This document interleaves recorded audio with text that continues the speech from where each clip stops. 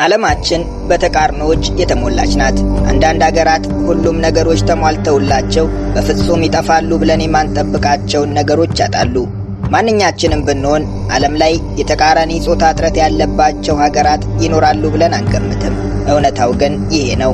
የ8 ቢሊዮን ሰዎች መኖሪያ በሆነችው ምድራችን 50.4 ከመቶ ወንዶች፣ 49.6 ከመቶ ሴቶች ይኖራሉ።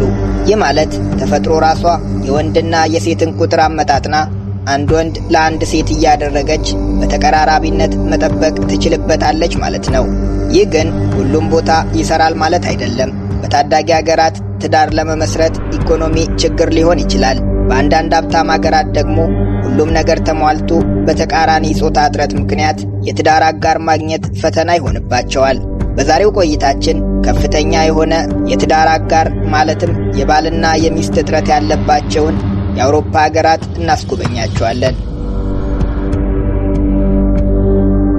ጉብኝታችንን ከፍተኛ የሴቶች እጥረት ካለባት አውሮፓዊ ደሴት እንጀምር። በሰሜን ምዕራብ አውሮፓ በኖርዌይ በአይስላንድና ስኮትላንድ መካከል የምትገኘዋና የሀብታሟ አውሮፓዊት ሀገር ዴንማርክ አካል የሆነችው ራስ ገዟ ፋራኦ ደሴት ዓለማችን ላይ ከፍተኛ የሆነ የሴቶች እጥረት ካለባቸው ሀገራት ቀዳሚዋ ናት። የፋራኦ ደሴት በወንዶች የተሞላች ብትሆንም ከሴቶች ቁጥር ማነስ የተነሳ አብዛኞቹ ወንዶች የትዳር አጋር የላቸውም። አሁን ግን የፋራኦ ደሴት ወንዶች ችግራቸው እየተቀረፈላቸው ይመስላል። ዕድሜ ለኢንተርኔት በሀገራቸው ያጡትን የትዳር አጋር በኢንተርኔት እያፈላለጉ ከሌላው ዓለም ያገኟቸውን ፈቃደኛ ሴቶች ሀገራቸው ድረስ ሄደው በማግባት የሕይወት አጋር ማድረግ ጀምረዋል። የፊሊፒንስና የታይላንድ ሴቶች ደግሞ ቀዳሚዎቹ የፋራኦ ደሴት ተመራጮች ናቸው። የፊሊፒንስና የታይላንድ ሴቶች በቀላሉ መገኘታቸው ወደ ፋራኦ ደሴት ለመሄድም ፈቃደኛ መሆናቸው በደሴቷ ወንዶች ተመራጭ አድርጓቸዋል። አብዛኞቹ ወንዶች ሴቶቹን የሚያገኟቸው ኢንተርኔትን በመጠቀም ሲሆን ከቅርብ ጊዜ ወዲህ ደግሞ ይህ ልማድ በከፍተኛ ሁኔታ ጨምሯል። ፋራኦ ደሴት ሀብታም ዜጎች የሚኖሩባት ዓለም ላይ ከፍተኛ የሚባል $67,000 ጂዲፒ ፐር ካፒታ ያላት ደሴት ስትሆን የነዋሪዎቿ ቁጥር ግን 54,000 ብቻ ነው። የ18 ደሴቶች ስብስብ የሆነችው ፋራኦ 1400 ስኩዌር ኪሎ ሜትር ትሰፋለች። ዋና ከተማቸው ቶርሻን ትባላለች። የተባበሩት መንግስታት ድርጅት በቅርቡ ባወጣው ሪፖርት መሰረት የከተማዋ ነዋሪዎች ቁጥር 20,000 ይደርሳል።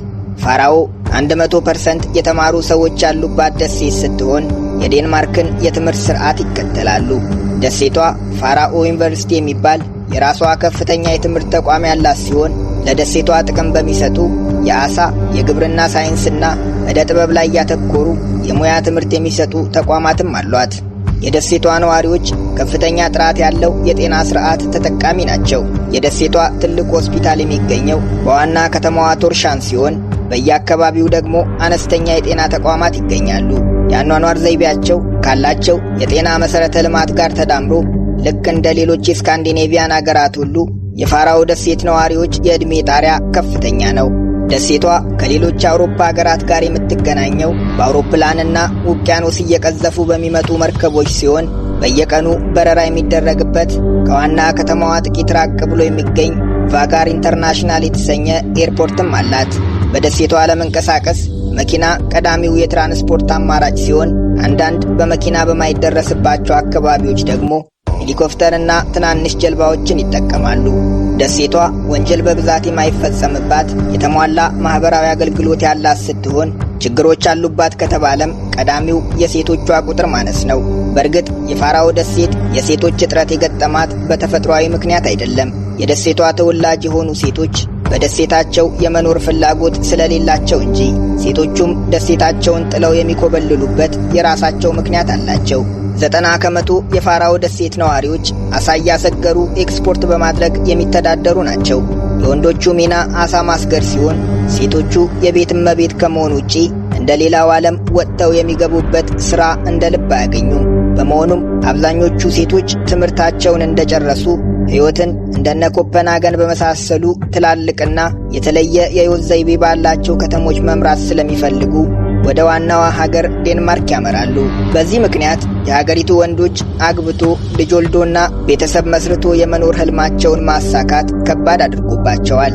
የፋራኦ ወንዶች ከፍተኛ የሆነ ቤተሰባዊ ፍቅር ያላቸው፣ ሕይወታቸው ሁሉ ከተፈጥሮና ከባህል ጋር የተቆራኘ ሲሆን ሙዚቃ፣ ዳንስና ፌስቲቫል በፍቅር ይወዳሉ። የፋራኦ ወንዶች የባህር ላይ ጠበብት ሲሆኑ ከሰሜናዊ አትላንቲክ ውቅያኖስ እያሰሱ የሚያገኟቸውን ምርቶች ወደ 6ቱም አህጉራት ኤክስፖርት በማድረግ ይታወቃሉ። ግብርናና ቱሪዝም ሌላው የደሴቷ ነዋሪዎች መተዳደሪያ ነው። ደሴቷ በግብርና በተለይም በበግ እርባታ ትታወቃለች። የደሴቷ የበጎች ቁጥር ከዜጎቿ ቁጥር እንደሚበልጥም ይነገራል። የፋራኦ ወንድ አግብተው ወደ ደሴቷ መሄድ የሚፈልጉ የሌላ አገር ሴቶች ከውሳኔያቸው በፊት 2 ነገሮችን ማወቅ ይኖርባቸዋል። መጀመሪያ የፋራኦ ወንድ አግብተው ወደ ፋራኦ ደሴት ከሄዱ ያላቸው አማራጭ የቤት እመቤት መሆን ብቻ ነው። የቤት እመቤትነት እጅግ የተከበረ ለቤተሰብ የሚከፈል መስዋዕትነት ቢሆንም ብቸኛ አማራጭ መሆኑን ግን ብዙዎች አይወዱትም። የፋራኦ ደሴት ሴቶችም የትውልድ ስፍራቸውን ጥለው እንዲሄዱ የሚያደርጋቸው ይኸው ነውና። በእርግጥ ለትምህርት በሄዱባቸው ሌሎች የአውሮፓ ሀገራት ያለውን እንቅስቃሴ የበዛበት ሕይወት ከለመዱ በኋላ ወደ ደሴታቸው መመለስ የማይፈልጉ ሴቶች ቁጥር እንደሚበዛ ይነገራል። ሁለተኛው ወደ ፋራኦ መሄድ የሚፈልጉ ሴቶች ማወቅ ያለባቸው ወሳኝ ነገር የደሴቷ የአየር ሁኔታ ነው። የፋራኦ ደሴት በዓመት ውስጥ አብዛኛውን ወራት ከፍተኛ ቅዝቃዜ ያለው ሲሆን አንዳንዴ ከ0 በታች 10 ይደርሳል። ይህም ደሴቷ ብዙ የሰው ቁጥር የሌላት ከመሆኗ ጋር ተዳምሮ ተመሳሳይ የአየር ሁኔታ ውስጥ ኖሮ ለማያውቅ ሰው ፈተና ያደርገዋል። በእርግጥ በደሴቷ እስከ 20 ዲግሪ ሴልሺየስ የሚደርስ ሙቀት የሚመዘገብበት ወቅት ቢኖርም ይህ ግን በጣም ለአጭር ጊዜ ነው። የፋራኦ ደሴት ነዋሪዎች በዋናነት የራሳቸው ቋንቋ የሆነውን ፋራኦኛ የሚናገሩ ሲሆን የዳኒሽና የእንግሊዝኛ ቋንቋዎች በተለይ በወጣቶቻቸው ዘንድ ይዘወተራል። እናም እንግሊዝኛ የሚሞክሩ ከሆነ ቋንቋ ብዙም ችግር ላይሆንቦት ይችላል።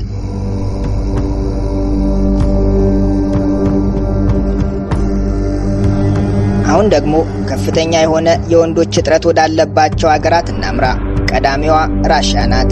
የራሽያ ሴቶች የተመሰከረላቸው ልቅም ያሉ ቆንጆች ናቸው። የሚያሳዝነው ግን ከነዚህ ቆነጃጅት ውስጥ እስከ 40 ከመቶ የሚሆኑት ማግባት የሚገባቸውን የዕድሜ ክልል ቢያልፉም ዛሬም የትዳር አጋር የላቸውም። ምክንያቱ ደግሞ በራሽያ ከፍተኛ የሆነ የሴትና የወንድ ቁጥር አለመመጣጠን መኖሩ ነው። የራሽያ የሕዝብ ቁጥር 143 ሚሊዮን ሲሆን ከዚህ ውስጥ ወንዶች 66 ሚሊዮን፣ ሴቶች ደግሞ 77 ሚሊዮን ናቸው። ይህ ማለት የሴቶች ቁጥር ከወንዶቹ በ11 ሚሊዮን ይበልጣል ማለት ነው።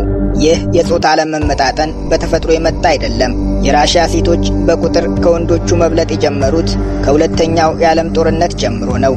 የዛሬዋን ራሽያ የምትጨምረው የያኔዋ ሶቪየት ኅብረት በሁለተኛው የዓለም ጦርነት ምክንያት 26.6 ሚሊዮን ዜጎቿን ያጣች ሲሆን ከዚህ ውስጥ 20 ሚሊዮኖቹ ወንዶች፣ 6.6 ሚሊዮኖቹ ደግሞ ሴቶች ናቸው። ዛሬ ላይ በራሽያ የሚታየው ከፍተኛ የወንዶች እጥረት የሁለተኛው የዓለም ጦርነት የፈጠረው ብቻ ነው ባይባልም የጦርነቱ ተጽዕኖ ግን በቀላሉ የሚታይ አይደለም። በእርግጥ እጅግ አስገራሚ ቢሆንም የራሽያ ወንዶች ከሴቶቻቸው ይልቅ በ11 ዓመት ቀድሞ ይሞታሉ።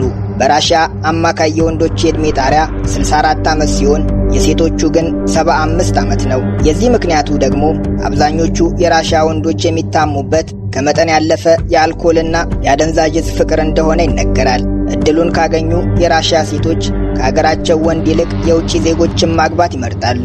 አጨቃጫቂ ቢሆንም የሴቶቹ ምክንያት የራሽያ ወንዶች ለሴት ልጅ ክብር የላቸውም፣ ለቤተሰቦቻቸው ኃላፊነት መውሰድ አይችሉም የሚል ነው። የራሽያ ሴቶች ወንዶቻችን ቁጥር ብቻ ሳይሆን ታማኝነትም ያንሳቸዋል ይላሉ። የራሽያ ወንዶች ሚስታቸው ትንሽ ዕድሜዋ የገፋ ሲመስላቸው ይፈቷትና ሌላ ወጣት የሆነች ሴት ያገባሉ ይባላል። ለዚህም ይመስላል ራሽያ ዓለማችን ላይ ከፍተኛ ፍቺ ከሚመዘገብባቸው የዓለም ሀገራት አንዷ ናት።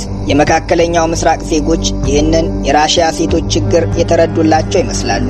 በተለይም የቱርክና የአረብ ወንዶች አብዛኞቹን ፍልቅልቅ የራሽያ ቆነጃጅት እያገቡ ወደ የአገሮቻቸው ይወስዷቸዋል። በእርግጥ የራሽያ ወንዶች የሚሰነዘርባቸውን ወቀሳ አይቀበሉም። ሴቶቻችን የአረብና የቱርክ ወንዶችን የሚያገቧቸው ከኛ ፍቅር አጥተው ሳይሆን ገንዘብ ፍለጋ ነው ይላሉ። ይህ ማህበራዊ ሕይወት ነውና ሁሉም ለየራሱ ትክክል ነው ብለን ወደ ሌላ ሀገር እንለፍ።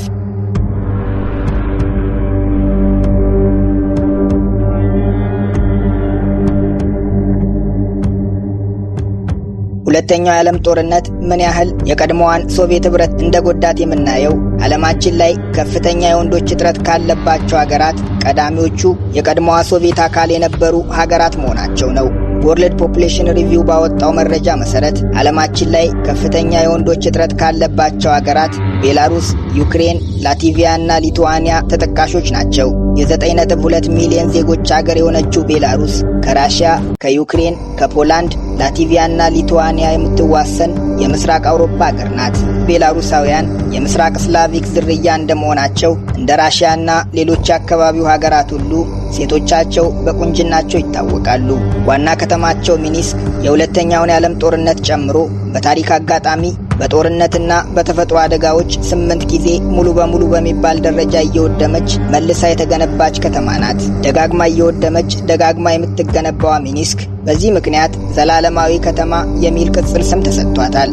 ቤላሩስ በሕክምና ቱሪዝምና በከፍተኛ ደረጃ በሰለጠኑ ባለሙያዎቿ ትታወቃለች። ከቤላሩስ ዜጎች 54 ከመቶዎቹ ሴቶች ሲሆኑ የወንዶቹ ቁጥር 46 ከመቶ ብቻ ነው። ይሁን እንጂ ቆንጆቹ የቤላሩስ ሴቶች ቁጥራችን በዛ ብለው ካገኙት ሰው ጋር በፍቅር የሚወድቁ አይደሉም። ባህላቸውን የሚወዱ፣ ለቤተሰባዊ ሕይወት ትልቅ ቦታ የሚሰጡ፣ ቁጥብና እውነተኛ ፍቅር ፈላጊዎች ናቸው። የተማሩና ጠንካራ ሰራተኞች የሆኑት የቤላሩስ ሴቶች አንዴ ትክክለኛ የትዳር አጋር የሚሆናቸውን ወንድ ካገኙ ግን ሙሉ ልባቸውን የሚሰጡ፣ ከምንም ነገር ቤተሰባቸውን የሚያስቀድሙ፣ ሀገር ለመቀየርም ወደ ኋላ የማይሉ ታማኝ አፍቃሪዎች ናቸው። በእርግጥ ከባህል መቀራረብና የተወሰኑ ቋንቋዎችን ስለሚጋሩ አብዛኞቹ የቤላሩስ ሴቶች ከራሽያ፣ ከዩክሬንና ከፖላንድ አንዳንዴም ከምዕራብ አውሮፓና ከአሜሪካ ዜጎች ጋር በብዛት ይጋባሉ። የዛሬው ጉብኝታችንን በዚህ እናብቃ። አብራችሁን ስለቆያችሁ እናመሰግናለን።